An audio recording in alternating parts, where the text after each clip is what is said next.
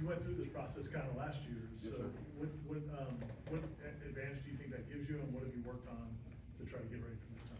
Well, it definitely gave me advantage. First of all, just the mental preparation, just visualizing. That's kind of very big for me. Just being able to put myself in the moment and knowing exactly what I'm going to be able to do, and also just having some times that I've been looking forward to trying to go ahead and beat from last year. So it was definitely an advantage. Last year going through the process, and then obviously being able to come back and play the season last season. So, but I'm just really looking forward to going out tomorrow on Friday and having a good performance.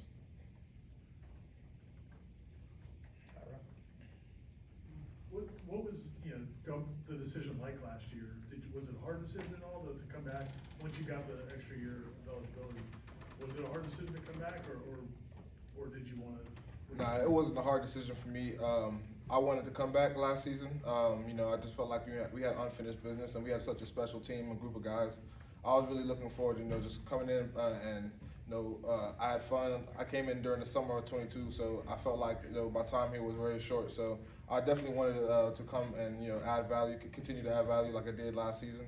But it wasn't a hard decision for me to come back. It was just we was just waiting to see if I was able to come back, and obviously everything worked out for me to do that and put myself in a better position this year to go to NFL. So now that's my main focus, been able to focus on that and train the full time this off season. So yeah, so it wasn't a hard decision for me at all. All right, we'll go to Jordan, third row on your left. Dimitri, you mentioned your training. What have you been working on the last 3 weeks, and what are you looking to showcasing on Friday?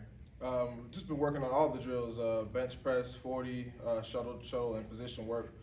Coach Farn, one of the strength coaches here, has been getting me right. I've been here every day since the guys have been back in January. So really just looking forward to go and showcase myself and showcase what I can do. All right, front row for Chris. I know you went out to practice yesterday. A lot of those guys on the O-line obviously you played with, but some of the young guys, the new mix of guys in that group, just what stood out to you watching them yesterday? Those guys, man, I definitely miss being out with the guys. It's definitely weird, different looking at it from the outside perspective, but I'm just looking forward to seeing those guys being able to step up. We've had a lot of older guys in the room, even brought in some new transfers, but it's a lot of young guys that have a chance to really take that next step. So I'm really looking forward, and you can see that yesterday. Some of those guys just eager to go out and get some playing time this year. So Coach Atkins, Coach Fertitta is getting all those guys right. So really it's just great to see those guys out there and just keep doing their thing. It's an everyday process. So yeah. Come back to Ira on your right. You and Coach Atkins go back so far. In this kind of process, is he even helpful? Does he help you through this process, or is it more just now personal? No, he still helps me out through this process. I mean, the relationship I have with Coach Atkins is a real one, and it's genuine. It goes deeper than just football. So, I mean, even still, if I call Coach Atkins and I just need to talk or just chop it up, get some advice, and even going through this process with just telling me just being able to play, showcase I can play center and just helping me out with drills and stuff like that. Coach Atkins, he's a real one. So it goes deeper than just being able to be in his player and. Now I'm not playing for him anymore. He's just not gonna just kick me to the side or anything like that. He still invites me to his house. Even some of the dinners he has with the O-line, he's always just tapping and just making sure that I'm good if I want to come and hang out with the guys, which I usually do. So I mean, the relationship I have with him is a real relationship, and I appreciate him for everything that he's done, not only just in my career, just in my life for real. So yeah. All right, we'll stay there for Corey. I don't know if you ever made a block 40 yards downfield. Considering you guys don't normally run 40 yards, what is the benefit of that drill? And what are the more important drills they look for in offensive linemen as opposed to just flat 40 speed? Because I don't think that's that important at your position. Yeah, I mean, to be honest with you, it's just showing that your athletic ability. I mean, you want to be able to check the boxes off, and just make sure you're not running a slow time. So you want to be able to, but really for the offensive lineman, the first 10 yards is like the main part.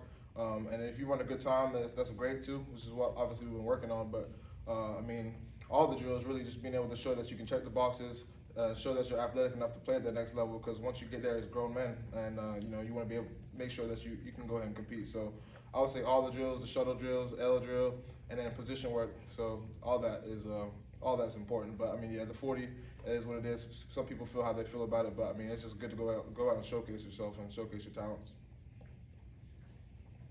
All right, Ira?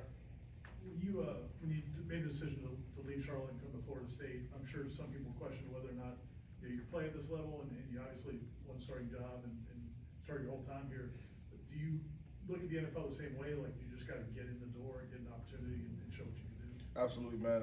You know, it's just funny because I mean, it's been the story of my whole life, really. Just always just been, you know, the underdog mentality. You know, a lot of people didn't think I was even gonna be able to play at Charlotte, and then I played at Charlotte, and then, you know, obviously challenged myself to come play at Florida State under limited time during the summer just to learn the playbook. It was able to come here and help the team out. That's all I wanted to do was come help the team out and show value in any way I could. So, you know, ended the season 3rd team all conference last season, or in 22.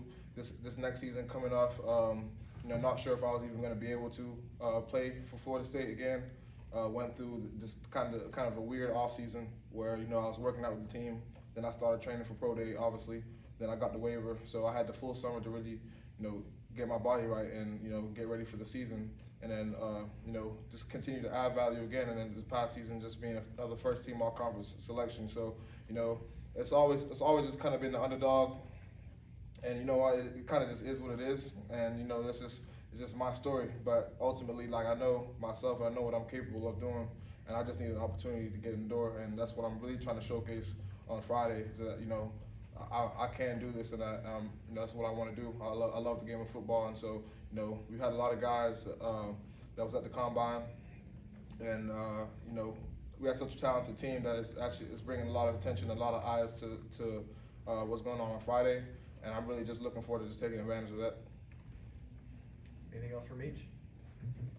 All right, thank you. Appreciate you. Thanks, man. Thanks, man.